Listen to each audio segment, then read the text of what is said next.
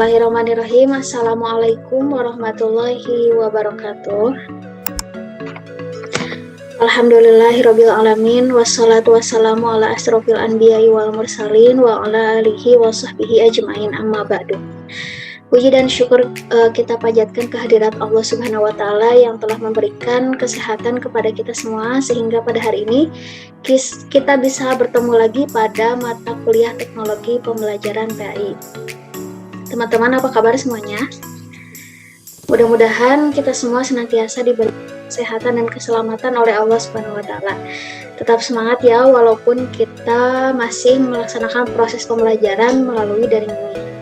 Baik teman-teman, hari ini adalah mata kuliah teknologi pembelajaran PAI, materi TIK sebagai penilaian dalam pembelajaran. Pada pertemuan sebelumnya kita sudah membahas bahwa TIK itu sebagai sarana komunikasi antara guru dan juga siswa. Pada pertemuan ini kita akan membahas TIK itu bisa digunakan sebagai penilaian, proses penilaian atau pengolahan penilaian. Saya akan share screen di sini, PowerPoint-nya.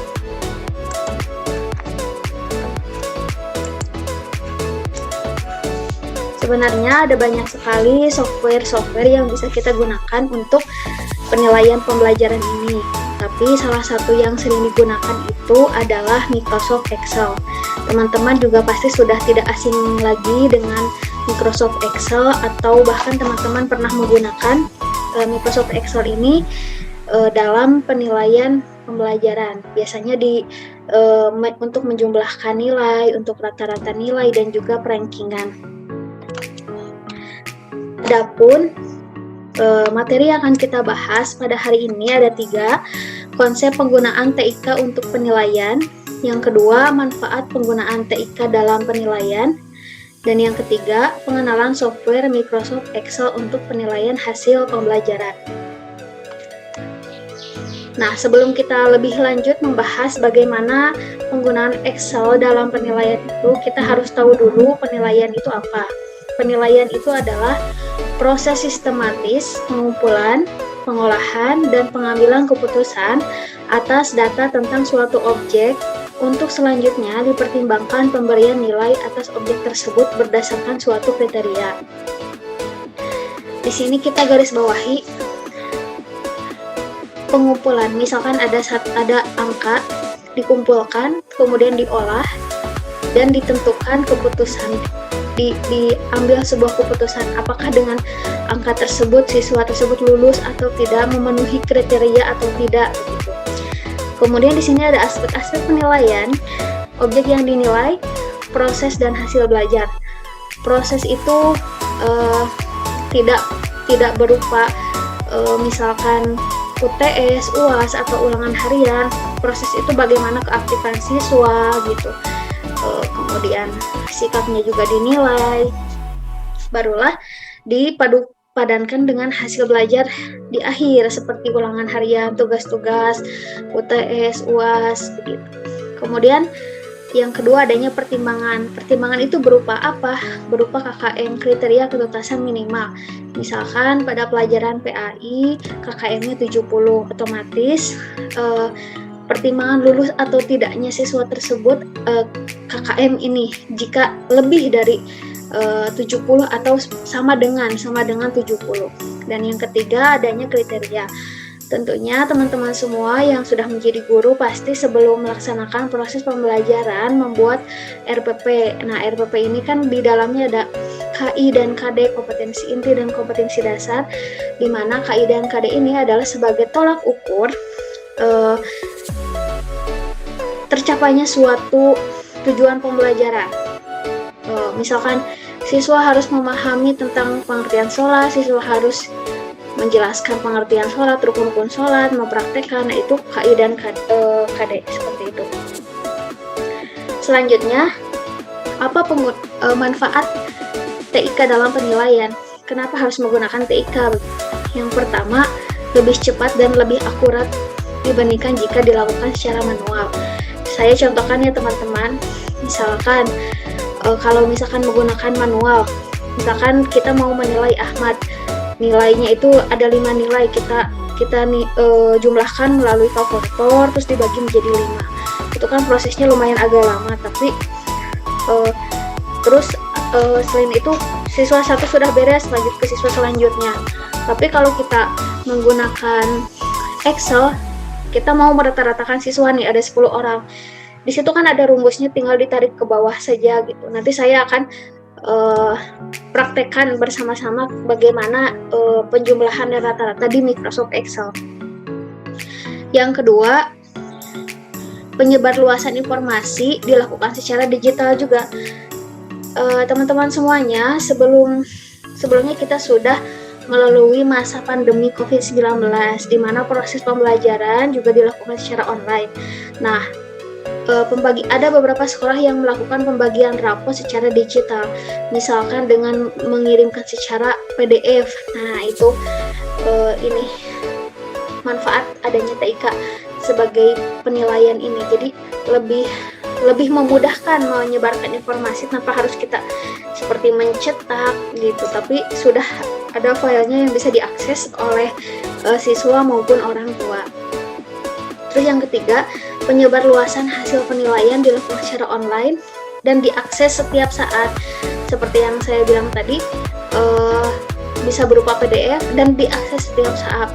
Misalkan ada beberapa sekolah yang mengirimkan aplikasi tertentu untuk mengakses nilai. Nah, teman-teman semuanya juga kan mahasiswa PAI sudah diberikan akun untuk mengakses. Sebelum mengakses tentunya kan mendaftar ujian monakosa, terus melihat nilai ujian monakosa berapa, komprehensif juga seperti itu. Tanpa kita sadari, misalnya dimanapun saja kita bisa melihat nilainya gitu, kalau nilainya sudah keluar. Terus pengenalan software Microsoft Excel untuk penilaian hasil pembelajaran ini, diantaranya adalah yang pertama membuat dokumen. Tentu dokumen apa saja, bisa absensi, bisa penilaian begitu, bermacam-macam. Dan sekarang seiring berjalannya waktu, Microsoft Excel ini sudah berkembang menjadi lebih akurat lagi, lebih canggih lagi. Kalau biasanya yang berupa tabel-tabel, sekarang ada beberapa sekolah yang membuat aplikasi khusus di Excel. Jadi kita hanya tinggal memasukkan nilainya saja. Yang kedua, pengolahan data. Yang ketiga, meranking. Yang keempat, membuat komentar. Dan yang kelima, mengolah grafik dan edit data. Baik teman-teman, itu materi tentang TIK sebagai penilaian pembelajaran. Nah, di sini saya akan share contoh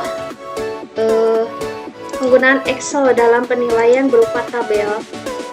Nah, teman-teman, di sini saya sudah membuat format penilaian semester genap. Ini contohnya, nomor, nama, kemudian ada nilai matematika, bahasa Indonesia, IPA, IPS, dan bahasa Inggris.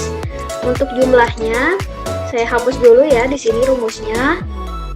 Nah, untuk rumus ini kita tinggal ketik saja sum ya. Terus di sini tinggal tutup kurung. Sini blok dulu yang mau dijumlahkan. Gini kan dari sini ya, dari D5 sampai H5. Terus tutup kurung, enter. Terus tinggal ditarik ke bawah. Jadi kita tidak perlu menulis satu-satu rumusnya, ini sudah otomatis. Nah, adapun rumus rata-rata adalah average. Nah, sama dengan ini udah ada ya teman-teman di sini. Kita tinggal klik aja sebenarnya. Tutup buka. Nah, di blok lagi yang mau kita data yang ingin kita ketahui rata-ratanya, tutup kurung dan enter. Kita tarik lagi ke bawah. Nah, kemudian di sini selanjutnya untuk ranking rumusnya adalah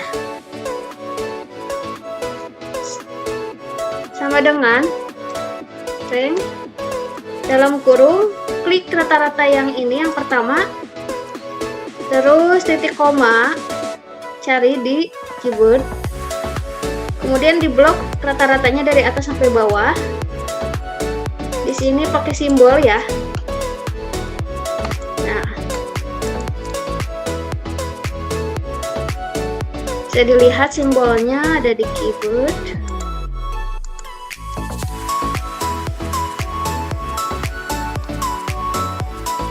Nah, setelah ini jangan lupa angka 0, tutup kurung.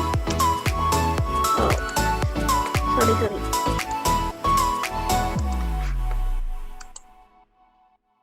Nah, ini pakai titik. Nah, ini seperti ini rumusnya. Jadi rank, kemudian tutup buka, blok yang rata-rata pertama, titik koma, blok rata-rata semua dari atas sampai bawah, pakai simbol, dan titik koma 0. Nah, ini tinggal ditarik ke bawah juga rumusnya. Begitu. Selanjutnya saya juga akan share contoh aplikasi rapot yang menggunakan Excel yang sudah dimodifikasi oleh sekolah tertentu. Nah, bisa dilihat di sini ya, ada input data nilai, identitas, data, sikap, nilai pengetahuan, keterampilan, nilai sikap sosial dan spiritual, dan nilai rapot. Ini identitas sekolah, kita tinggal isi saja. Nama sekolahnya apa, kemudian alamat, ini tahun pelajaran berapa, semester berapa, dan diisi kepala sekolah serta nama guru mata pelajaran, juga tanggal pembagian rapotnya tanggal berapa. Lanjut di sini nilai pengetahuan. Nah, kalau dulu itu kan isinya manual ya, tinggal masukkan nilai-nilai saja. Karena ini kurikulum 2013, maka harus dimasukkan KD yang sudah kita buat di RPP. Nah, ini seperti contoh memahami makna Asmaul Husna, memahami perilaku jujur. Terus kita tinggal memasukkan nilai-nilainya di sini. Ini bab 1, bab 2 sampai seterusnya. Jadi di deskripsinya nanti begini. Sangat menguasai seluruh kompetensi terutama dalam memahami makna perilaku jujur, amanah, dan istiqomah. Jadi di kurikulum 2013 ini bukan hanya sekedar nilai misalkan 90, tapi ada keterangannya. Siswa ini sangat baik dalam apa, kurang dalam apa, begitu. Nah, itu pengetahuan. Keterampilan juga sama, kita masukkan KD-nya, masukkan nilainya, dan nanti deskripsinya otomatis muncul. Teman-teman tidak perlu mengetik sendiri dan tidak perlu merata-ratakan sendiri. Yang terakhir, sikap sosial dan spiritual juga sama. Begitu, ini sudah ada rumusnya. Ini hanya sebagai contoh saja ya. Dan nanti yang akan di copy paste oleh wali kelas tuh yang ini. Angkanya ini berapa, terus deskripsinya tinggal di copy paste ke rapot keseluruhan. Kalau ini kan hanya rapot per mata pelajaran. Nanti rapot keseluruhannya ada di setiap wali kelas masing-masing. Nah, teman-teman, itu hanya sebagai contoh saja. Saya harap kita bisa memahami dan mempraktekannya, terutama kalian sebagai calon guru PAI ya. Terima kasih atas perhatiannya. Mohon maaf apabila ada kekurangan dan tutur kata yang salah. Wallahu muwaffiq ila aqwamit thoriq. Wassalamualaikum warahmatullahi wabarakatuh.